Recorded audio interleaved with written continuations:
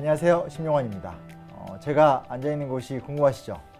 저도 굉장히 낯선 기분을 느끼고 있는 곳인데, 이곳은 어디냐면 대전광역시 대덕구 송촌동 동춘당이라는 곳입니다. 보물로 지정이 되어 있고요. 송중길, 송시열 등 이제 조선 중후기 때 활약했었던 굉장히 좀 중요한 인물이죠. 효종 때 병조판서의 자리에 올랐었던 인물이다 라고 얘기하게 되는데, 그가 별당으로 사용했었던 건물, 그리고 또 그 혼자가 아니라 이 송씨 집안, 은진 송씨 집안 전체가 이 일대를 활용하면서 그 가게를 번성시켜갔던 그 중심지라고 볼 수 있습니다. 말씀하셨지만 올해가 24번째 맞이하는 동춘당 문화제인데요. 원래 저희 계획은 예전처럼 숙모제례 행사도 하고, 그리고 여기 역사 문화를 설명하는 탐방 프로그램도 하고, 예, 이렇게 준비를 했는데 코로나 미워요. 네. 아무튼 이렇게 저희 넷이 모였고요. 좋은 사랑방에서 좋은 대화를 좀 진행해 보도록 하겠습니다. 근데 잠깐 엉뚱한 질문인데, 고춘장님 노래 잘하시나요?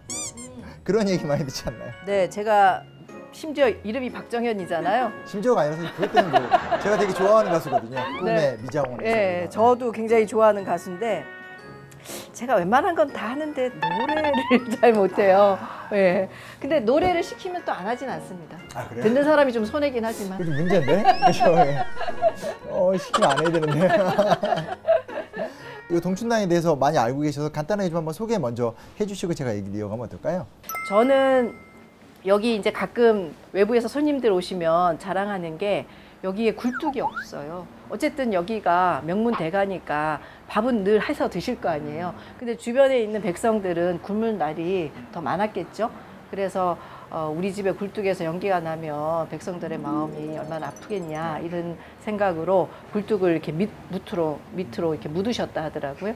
그런 게 이제 저는 이제 구청장이니까 그런 정신이나 그런 행동, 이런 것들이 저한테 굉장히 크게 모범이 되는 것 같습니다. 오늘 강의 끝난 것 같은데? 뭐 굳이 내가 뭐 여기다가 추가로 뭐 덧붙일 것도 없고. 네, 뭐 무슨 사실 저희 처음 듣는 거 다름없는데 너무 잘 설명해 주셔가지고 오늘 좀 잘 많이 배워볼 것 같아요. 대덕 구청장이에요.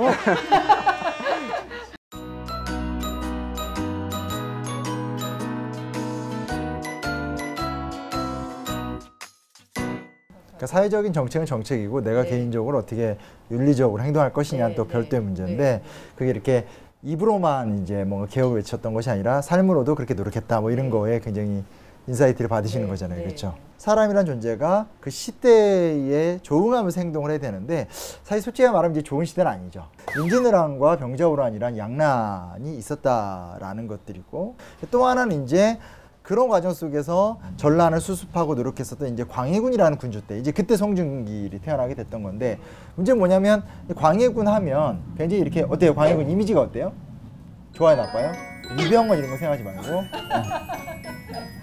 어릴 때만 해도 안 좋은 그냥 사람, 연산군급의 안 좋은 사람이라고 생각을 했었는데, 그러니까 이제 이게 좀 중립을 지키고 좀 냉정하게 판단을 해야 되지 않나라는 생각을 하고 있습니다. 광해군에 대해서는.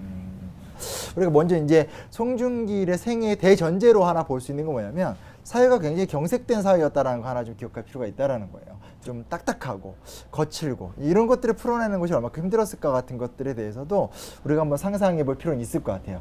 두 번째는 이런 것들이 이제 최근에 와서 얘기를 많이 하게 되는 건데, 이제 요즘에 이제 전염병의 시대잖아요. 코로나. 맞아요. 네. 솔직히 말해서 그때도 그랬을 것 같아요. 그렇죠, 그렇죠. 근데 이게 병자호란이 일어났잖아요. 근데 병자호란이라는 건 북방의 여진족들이 밀고 내려오는 걸 얘기하게 되는데, 얘네들 약간 표현이 그렇죠. 아무튼 이 홍타지가 군대를 끌고 내려올 때는 한 10만 명 정도 끌고 내려왔었거든요. 그러면 10만의 군사가 내려온다는 건 10만의 군대가 오는 게 아니잖아요. 10만의 병균도 그쵸? 같이 오는 건가요?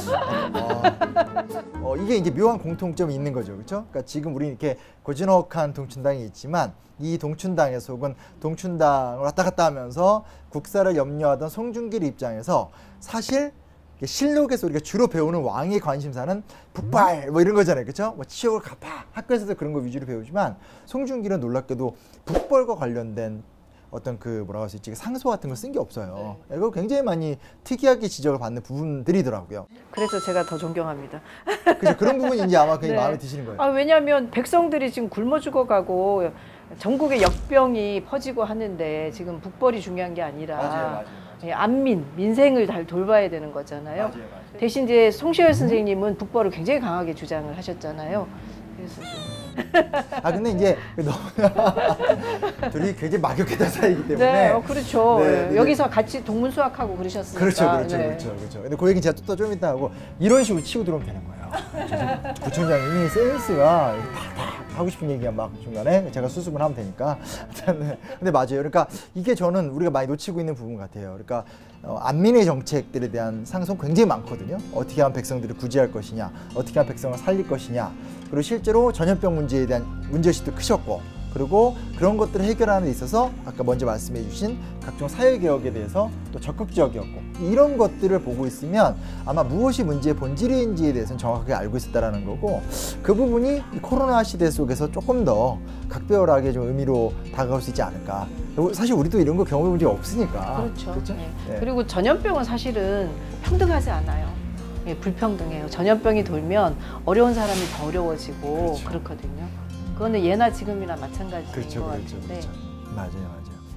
그러니까 왕이 어쨌든 뭐 왕궁에서 사니까 백성들이 어떻게 사는지를 잘 알 수 없지만 효종이 왜 이렇게 북벌에 그렇게 민감했을까? 물론 이제 본인이 이제 끌려가서 살았고 그런 게 있기 때문에 그렇기도 하지만 왕은 개인적인 트라우마를 갖고 뭐 이렇게 정책을 펼치면 안 되잖아요. 그러니까 사람이 살아가면서 원치 않는 상처를 받고 트라우마 속에 시달릴 수 있죠. 충분히 그거는 인간적인 측면에서 이해가 되는 건데, 문제는 그거는 개인의 사적인 공간인 거고, 공적 세계에서 사람은 그러면 안 되잖아요. 그렇죠? 오늘 내가 막 컨디션이 안 좋다고 해서 오늘 대덕구 동치도 안 가! 이럴 수 없는 거란 말이야. 그러고 싶을 때가 많아요.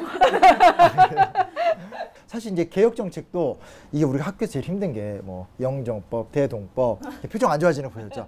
사학과 학생들이 제일 싫어하는 게 경제사 수업이거든요. 그치.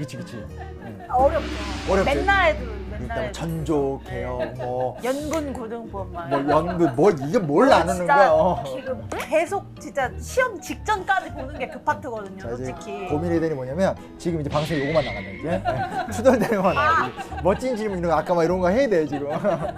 그 사실 송시열도 북벌에 대해서는 효종에 대해서 많이 반대를 했더라고요. 그러니까 예전에는 둘이 같이 얘기를 했다고 했는데 실제로 이제 조금 더 연구를 해보니까 효종은 정말 하고 싶어 했고 송시열은 동의는 하지만 수신이 중요하고 이러면서 이렇게 어떤 원론적 차원. 근데 물론 이제 송시열은 뒤로 갈수록 그런 부분보단 너무나 완고한 율곡주의자. 우암 송시열은 송자라고 불렸던 유일한 인물. 그러니까 그러니까 주자, 공자 이렇게 자자를 아무나 써주지 않거든요. 근데 이제 그 정도로 어찌됐건 여기서 우리가 고민해 볼 부분이 그런 거죠. 그러니까 그런 본인의 학문적 경지와 어떤 탁월한 정치력, 경제력 다 좋은데 이게 조금 지나치니까 약간 막 저희끼리 막 너무 고지식하다. 그렇죠. 얘기하고 막 그런 나만 옳다가 되는 부분들이 분명히 매골수시고 약간. 그렇죠.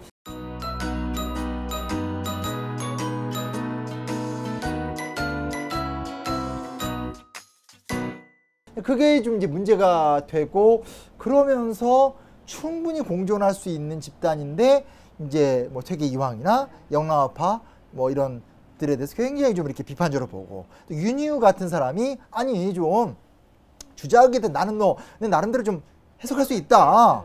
박세당도 나도 해석할 수 있다. 근데 사실은 윤희우나 박세당이 솔직히 말했을 때 유학사적으로 봤었을 때 송시열에 비할 정도의 위대한 학자들은 아니거든요. 그러면 송시열 쌤 입장에서는 그러실 수 있겠네요. 쟤 잘 알지도 못하는데 왜 자꾸 저렇게 얘기하나. 맞아요. 그러니까 윤희우 같은 경우는 타이밍이 아닌데 북벌을 지나치게 막 주장하고, 그리고 한편에서는 본인이 아직 그 정도의 연구 성과를 못 냈는데 뭐 나는 주의와 똑같은 뭐 이런 얘기를 하니까 사실 송시열 입장에선 나는 효종의 북벌을 동의했지만 나는 효종을 컨트롤하면서 좀 노력을 했고, 송중기는 더 했고, 그리고 나는 지금 이 어떤 송자로 불릴 정도로 이렇게 학문적 탁월하지만 야, 난 너처럼 그런 말을 안 해. 사실 이런 게 있거든요. 그러니까 예민한 게 있어요. 그런 데서 또 송중길의 넉넉한 그래서 대덕 아니겠습니까? 대덕.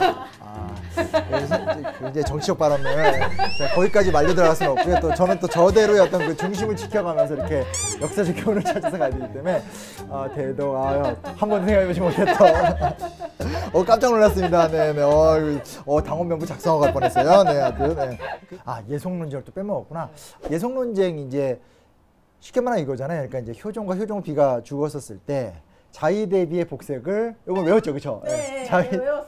자의 대비 복색이 3년이냐 1년이냐 1년이냐 7개월이냐 이런 거 갖고 이제 막 싸웠던 건데 이제 참 요것도 우리가 좀 고민해봐야 될 부분이 한편에서 이제 긍정적 측면으로 보자면 일단 이런 부분이 있거든요. 이 얘기를 하면 이제 이게 이제 끝까지 들어볼 필요가 있는 건데 일단 예학의 발달이에요. 근데 이 예학의 발달이라는 게 오늘 우리 입장에서 사실은 되게 재미가 없죠. 왜냐면 오늘 우리는 탈권위의 시대 어떤 그런 시대를 살아가고 있는 과정이고 또 더 큰 문제가 뭐냐면 오늘 우리한테 예의 범절이라는 건 약간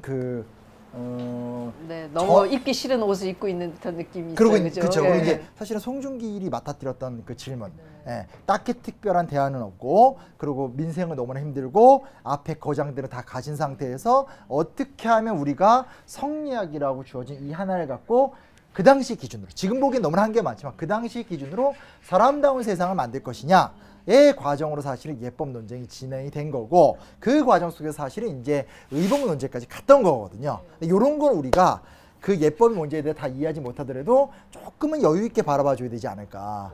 그 이제 좀 마무리를 좀 해야 될 것 같습니다. 올해가 24회네요, 그렇죠?